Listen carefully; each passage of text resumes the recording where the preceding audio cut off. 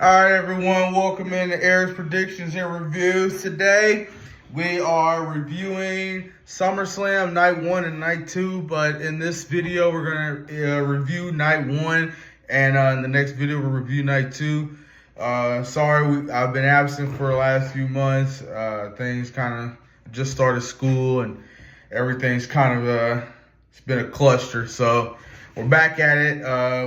There should be content coming out every month going forward. So just look forward to that every pay-per-view. And we're going to try to do live streams on Raw coming, SmackDown coming, and NXT coming soon. Not Raw, but SmackDown and NXT.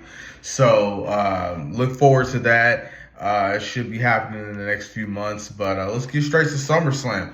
So, SummerSlam, in our opening match, we had Roman Reigns and Jey Uso defeating Braun Breaker and Bronson Reed, the Braun brothers, by pinfall in a 21-minute match. Now, I'll tell you this. It was a really good match. I remember it being very great. It was a good match. It was better than what I expected, but I shouldn't have been surprised with Roman Reigns in there. He's a ring general. He knows how to get all his niggas involved. So it was a good match. Great way to open SummerSlam. Question is, where do you go with all four of these men coming out of SummerSlam? I believe Braun Breaker's on his way to the main event scene within the next year. I'm not so sure about Bronson Reed right now. He could definitely be a solid Intercontinental or United States champion. Roman and Jey, Roman's probably going to be retiring here in the next few years, but he'll probably be gone for a few months. And Jey, he'll still be on the show.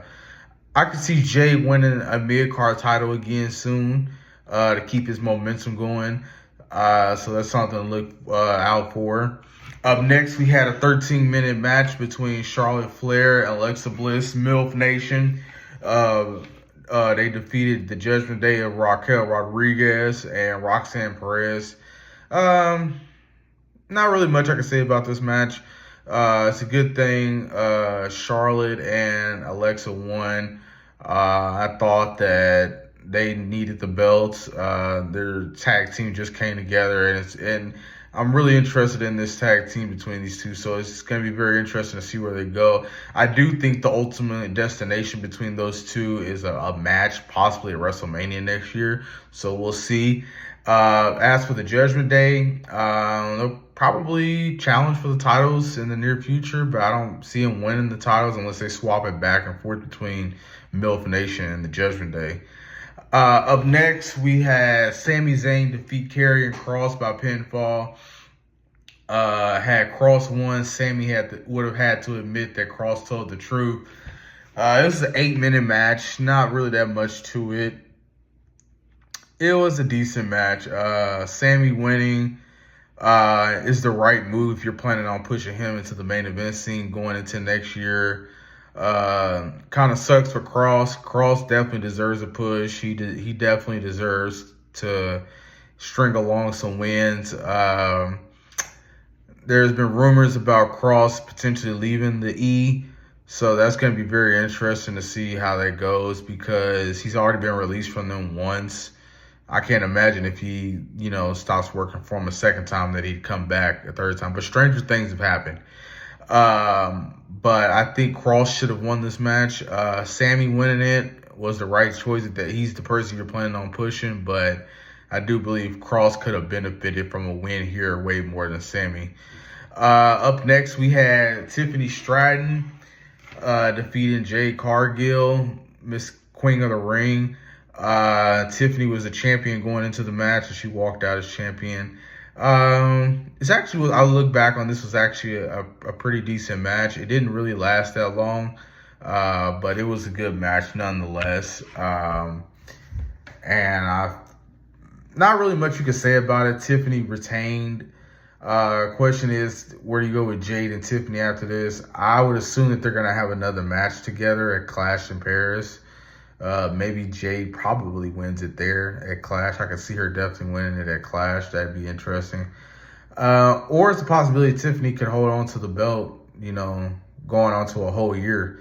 Because I don't see, if she doesn't lose to Jade, then it's like, who who does she lose to in the near future? So up next we had Drew McIntyre and Logan Paul. They defeated Randy Orton and Jelly Roll. 17-minute match. This match is better than I thought it was going to be. Nothing to really write home about. It was a solid tag match. Jelly got pinned by Logan Paul, if I'm not mistaken. So, yeah. Anyway, so the main event of night one was CM Punk defeating Gunther for the World Heavyweight Championship in a 30-minute match. Now, let me tell you, this match, I remember watching this. This match was really, really good. I liked this match. If I had to rate it, I'd give it at least like 4 stars. It was a really good match. CM Punk, Gunther just tends to bring out the best in a lot of these veterans, you know, bringing out the best he can out of them. CM Punk's no different. CM Punk definitely deserved to win. You know, he's been back for almost 2 years now. It's about time you put a belt on him.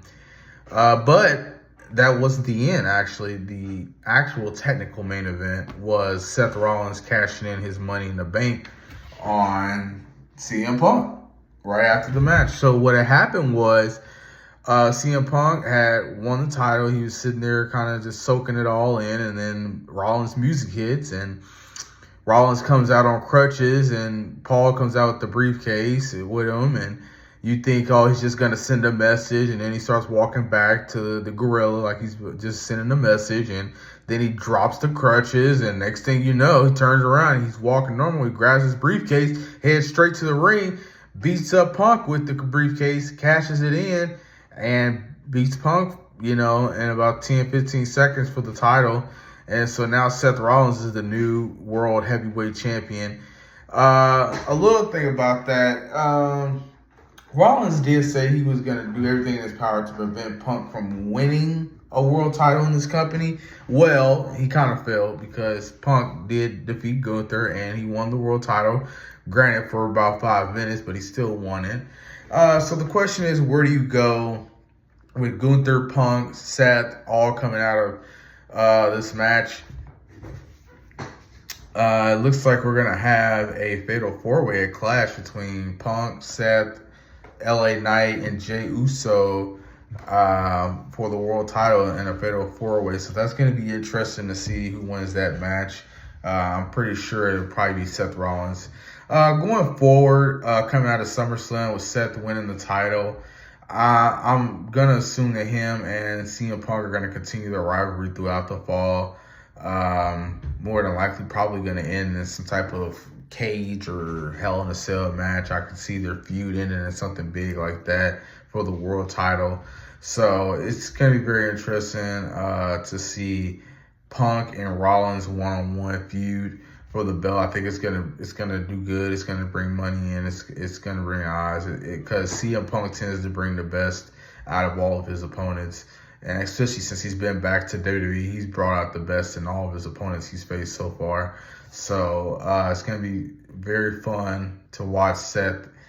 You know, the best of Seth that we're gonna probably see. So that's all for night one. It was a solid show. I think overall it was possibly maybe a 7 or 8 out of 10. Really good night one.